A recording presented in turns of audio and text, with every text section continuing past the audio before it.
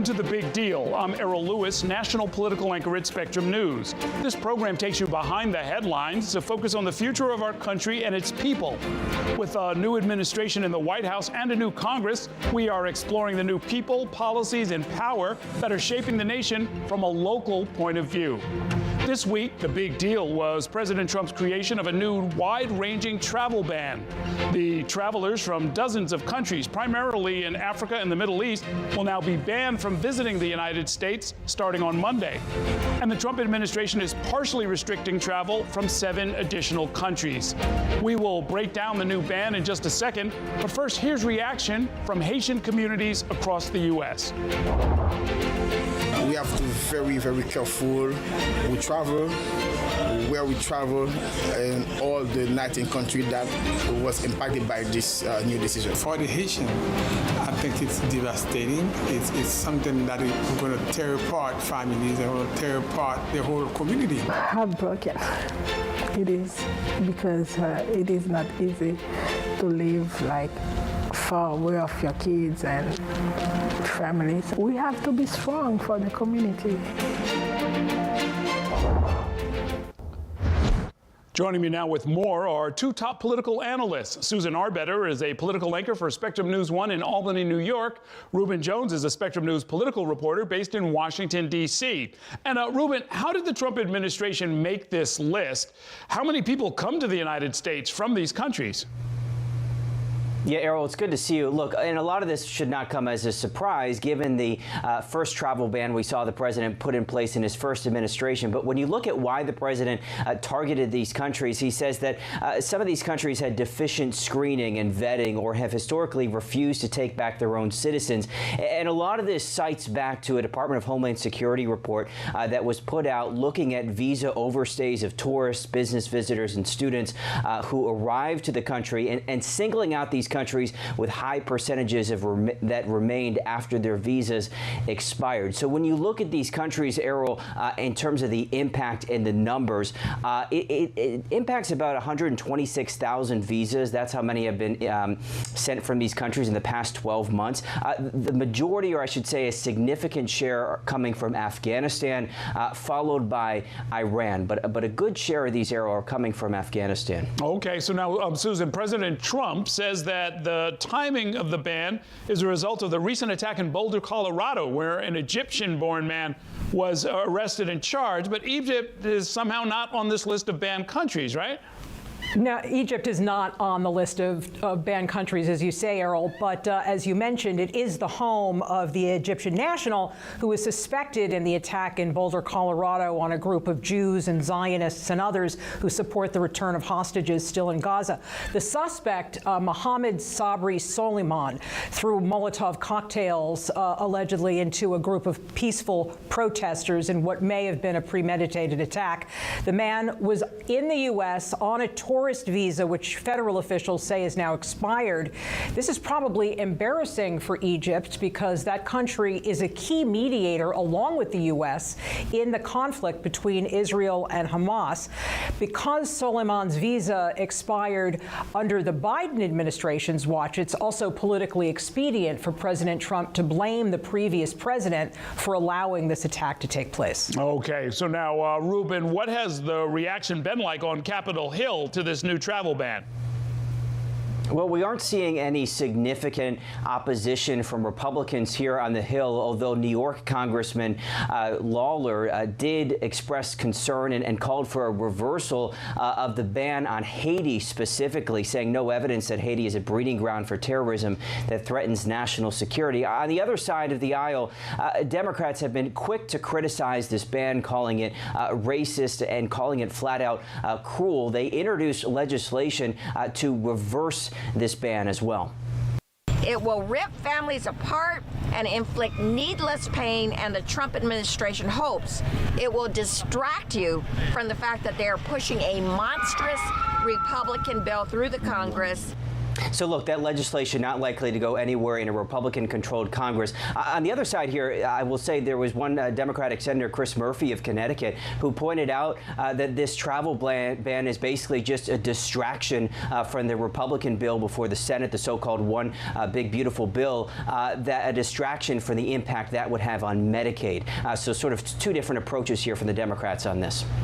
And what are the legal experts telling us about whether or not this new version of it can withstand court scrutiny? So back in 2017, you might remember that the courts ruled that Trump's travel ban against predominantly Muslim countries, Errol, was considered too wide in scope, and it, quote, lacked clarity.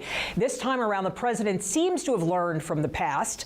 One big change is how the ban is being presented. Rather than a Muslim ban, the order is being framed as a way to protect national security and national interests. And yes, many legal experts are saying that this ban, because of the lessons learned from 2017, could withstand legal scrutiny. Okay, and now, Ruben, I've got to ask you about this week's tumultuous chapter in the relationship between President Trump and Elon Musk. The partnership appears to be over. Public accusations of financial conflicts of interest, scandalous personal conduct.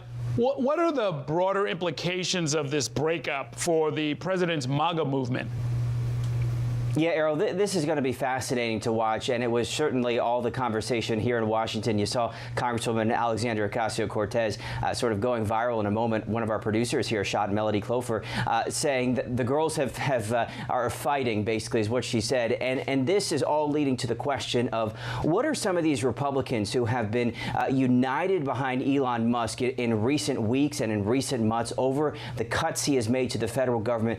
Are they going to stand behind Elon Musk as he continues to criticize and call out President Donald Trump, or do they back off some of the support that they have given Elon Musk? All of this playing out as the Senate takes up this Republican bill that the House has passed and that Elon Musk continues to criticize. Also comes, Errol, as the House has picked up this bill that would basically put into law some of the cuts that Elon Musk led in the federal government. Cuts, by the way, that some of these people who have been eliminated from their position. Now we're getting reports that the federal government is trying to bring back some people into the government because they may have gotten rid of too many people. Yeah, and I mean, and Susan, a lot of that chaos, the firings, the rehirings, now this bickering between Musk and Trump is not doing anything for the Republican brand.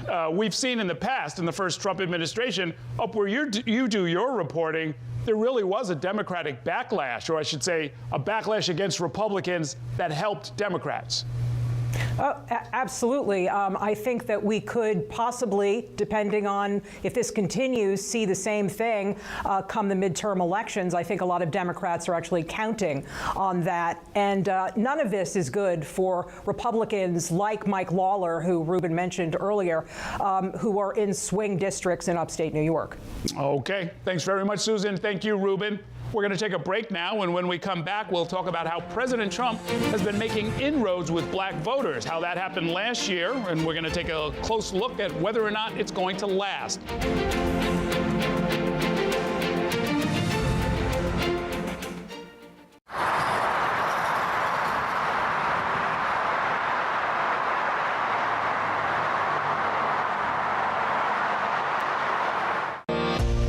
Spectrum Noticias, we recognize that our community is vibrant and diverse. Spectrum Noticias delivers balanced coverage of the stories that matter in our communities and across the country. Our journalists are based in the neighborhoods we cover, ensuring you get in-depth reporting on what's happening in the places we call home. So join us at Spectrum Noticias. We're always on, always there for you. Now available on your TV. Check your local listings. Also available on the Spectrum News app. Bring it to the party. Bring it to the top. Bring it to the party. Never gonna stop. Enjoy. Unwind. Connect. With Spectrum TV on Demand. From the latest hit movies you've been waiting to watch to your favorite comfort shows and more, all available instantly for you to stream. Create the all-around entertainment experience you've always wanted with Spectrum TV on Demand. Browse over 80,000 on-demand titles today. Being a cowboy, well, I don't know anything different. I had a very successful career. Life was fast. I was preparing physically. I wasn't doing anything mentally. And then I got hurt. I dug into mental health. I wanted to be better as a person. I start my day with a workout. I live life 8 seconds at a time. Find a place to stop and just breathe. Love your mind. I'm Sandra, this is Jorge, and we were adopted in 2019. I remember when they first came to us, Michael was already a teenager. The whole cliche of they're so lucky to have you guys, and it's the other way around. They have changed our family for the better. They chose to love us. They didn't have to. They chose us. Family. Learn about adopting a teen from foster care. You can't imagine the reward. Visit adoptuskids.org.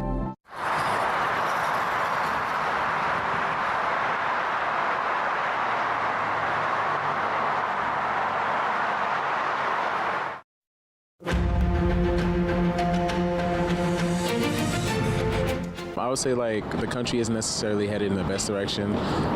We are no longer together. We're so far apart from each other, and I think that's what we need to worry about, just getting together. We're back with The Big Deal, continuing our series on the evolving landscape of American voters. This week, we're looking at black voters, who represent about 14% of eligible voters overall, with a concentration in southern states that some demographers still call the Black Belt. While President Trump made inroads with black Americans last year, the group remained overwhelmingly loyal to the Democratic Party.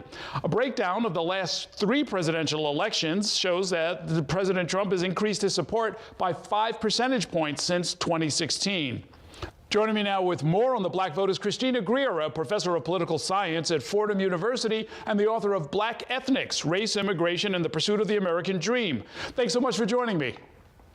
Anytime, Errol, anytime. So now the black vote was overwhelmingly, as it has been traditionally, about 86% for Democrats. Why is it noteworthy that President Trump made slight inroads and got Republican support up to 13%?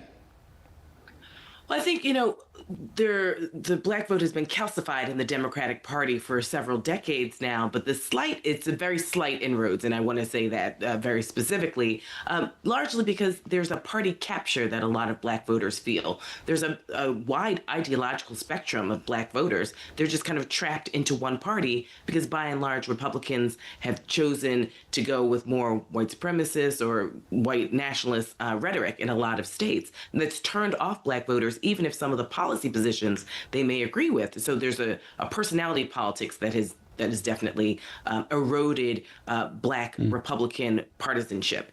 This time around, I think a lot of black voters are saying, well, if we want to get more, we need to actually be competitive in more than just one party, because they feel as though Democrats sometimes ignore them, or because they're such steadfast, big D Democratic voters, Democratic politicians say, well, I hear what you want and what you need, but I really need to focus on these other voters, these other demographics to try and get them to come over. And so there's a feeling of neglect for a lot of voters, where they're at least willing to entertain some of the rhetoric of the Republican Party. And to be very honest, Errol, the divisive rhetoric of Donald Trump, essentially saying, you don't have because the immigrants stole it from you, is attractive to some voters, black and non-black. Well, yeah, in fact, I wanted to ask you more about that. The Navy, under the Trump administration, is considering renaming multiple naval ships that had been named after civil rights leaders and prominent Americans, including Harriet Tubman and Thurgood Marshall. They want to rename them. I'm also mindful that back in March, the president signed an executive order accusing the Smithsonian Institution of not properly reflecting American history. And he was specifically referring to the Museum of African American History. And we've certainly seen the attack on diversity and inclusion programs. That's not going to trim government waste. It's not going to lower the price of eggs or help with tariffs or anything like that. But that kind of rhetoric seems to be an essential part of Trump's politics. And I was wondering why. Absolutely. I mean, we've seen this time and time again with specifically Republican politicians in many ways, which is essentially to create a vision of America that does not include diversity, that definitely doesn't include people of color, and specifically doesn't include Black people. But when I've done focus groups, what I have found with people who are at least interested in entertaining the rhetoric of Donald Trump, it's because, well, he gave me a stimulus check. He gave me money, which is a one-time deal. And granted, he didn't give you anything. It's the U.S. government that did it. And Joe Biden did it as well, but Joe Biden didn't put his name on it. And so the marketing of sort of the money piece is what was attractive to some people in 2024. I think what will be interesting, Errol, though, is because the sort of selling off the government for parts in many ways and firing so many government employees, which will drastically affect Black families and Black communities, defunding HBCUs in very specific ways, defunding so many programs that have assisted Black communities, how they will interpret that and how Donald Trump will sort of try and wiggle out of it, in the upcoming months and years will be interesting to see as far as will Black voters essentially penalize him for the economic ways that he is hurting Black communities. Okay, so now going beyond Trump to the Republican Party as a whole, one comparison that jumps out for me is with 2008, when the Republican candidate John McCain got only 4% of the Black vote, but of course that was the year that Barack Obama ran, and that was exceptional in so many ways. If we go 4 years further back, the Republican candidate George W. Bush won 11% of the Black vote. So are we sort of seeing a reset where the parties are being a little bit more competitive, and that's, I guess, in keeping with a tradition, and that tradition was just disrupted by Obama? Yeah, I mean, I don't necessarily think that Republicans are going to make inroads, let's just say in 2028, and Donald Trump is not the nominee. He's a charismatic entertainer of a politician. And I think that he connects with voters, whether you like him or not, he does connect with voters in a particular way. I'm not sure that Republicans can go into Black communities and connect in the same ways. If we remember George H.W. Bush, he supported Planned Parenthood. He supported certain environmental issues. The Republican Party of George H.W. Bush and John McCain is all but gone. Don't forget, John McCain is the one who said, what's wrong? Everyone keeps calling Obama a Muslim, but what's wrong with being a Muslim in America? So we don't see that type of Republican anymore. They've all fallen in line with Donald Trump. I'm curious to see if they sort of come back to the senses or the center and their senses once he leaves office, or if they double down with more extremist Republican Party rhetoric, and if that's where they will stay. I'm not exactly sure, because this type of vitriol really works for Donald Trump. We haven't seen it work widespread with other Republicans outside of Donald Trump. Okay. Thank you very much, Professor Greer. Great talking with you. We are not done just yet. Coming up next, we'll talk about a congestion tolling program in New York City that the Trump administration is trying to halt. Stay with The Big Deal.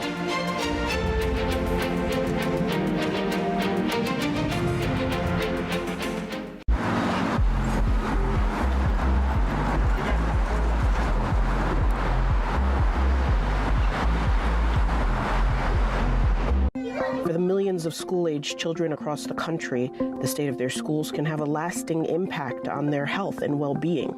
The majority of school districts aren't doing comprehensive, regular water quality testing. As CO2 levels rise in a space, cognitive function takes a direct decline. We visit 2 school districts working to create safe and healthy environments for their students. Watch Exploring Your Health, Curing Our Classrooms. Available on the Spectrum News app. Look at this.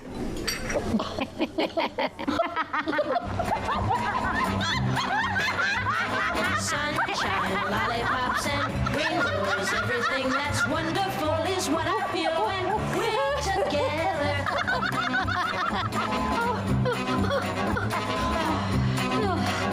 Oh, that was funny. It's all about connecting with seamless connectivity. And internet customers get one mobile line included for 1 year with Spectrum. What are you doing in there? What's that? I wouldn't do that. What are you doing? What are you looking for?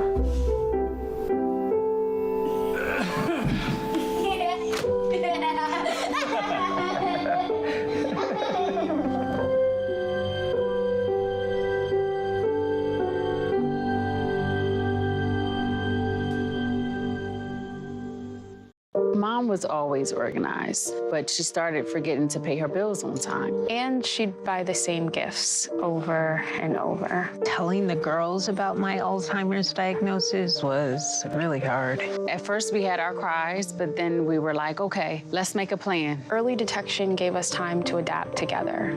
It's so important for you to think about what you can do and making the most of what you have. If you or your family are noticing changes, it could be Alzheimer's. Talk about seeing a doctor together.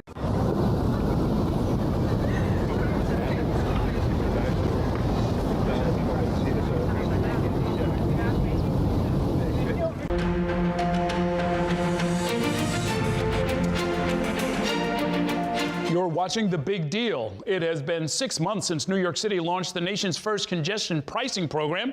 That refers to a system where drivers are charged a fee to enter the busiest part of the city in an effort to reduce traffic and improve air quality.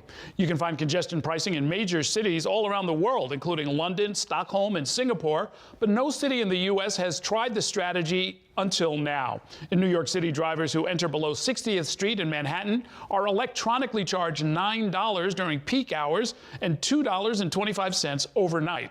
The program has faced complaints and even lawsuits from drivers in the city, as well as commuters who drive into the city from nearby suburbs. And the Trump administration is taking the side of the drivers, demanding an end to the congestion toll altogether. But New York's Regional Transit Authority, which runs the program, along with New York's Governor Kathy Hochul, is not backing down, and the fate of the congestion pricing program could be decided in court. Joining me now with more on all of this is Samantha Liebman, the transportation reporter for Spectrum News New York 1. And Sam, traffic is down significantly, and let me just say the MTA projected the number of cars would rise as the weather warmed up, and as still we've seen a lot of people who say that they like it.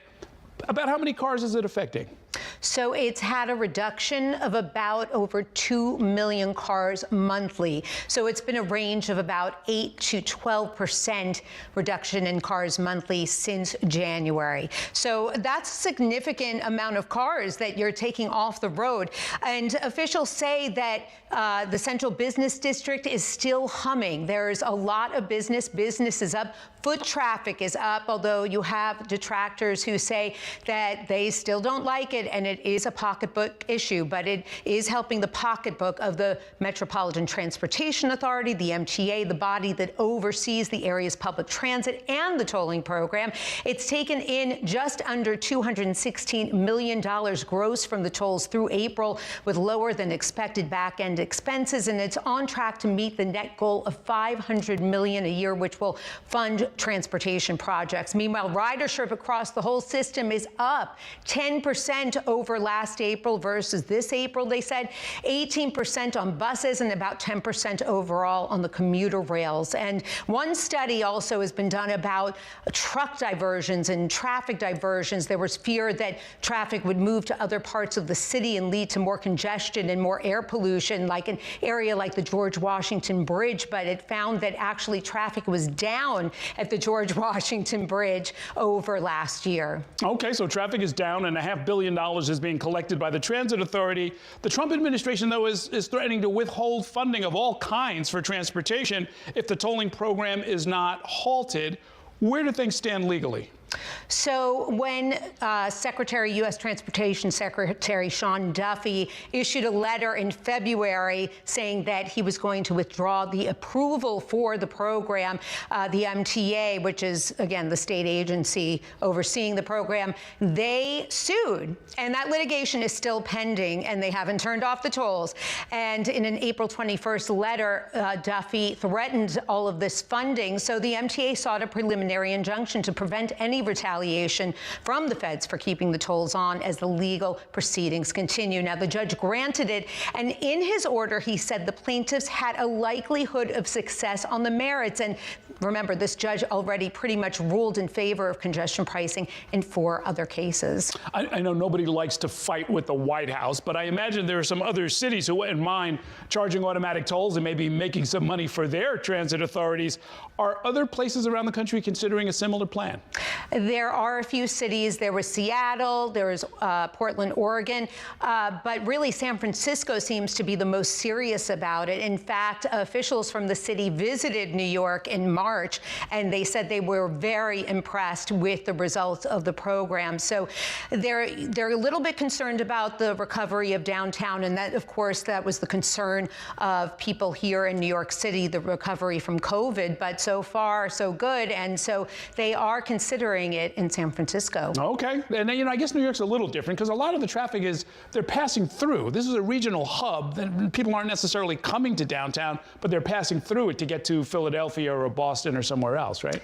Yeah, but not usually the downtown. And I just want to preface the fact that, when they count all of the numbers, this is including roads that are excluded from the toll. They can't really parse out those roads from the roads that are actually tolled. Sure. So the reduction in traffic may actually be more than they're saying. Okay, very interesting. Thank you very much, Samantha. And thank you for joining us for this episode of The Big Deal. We'll see you next week. Stay tuned to your local Spectrum station.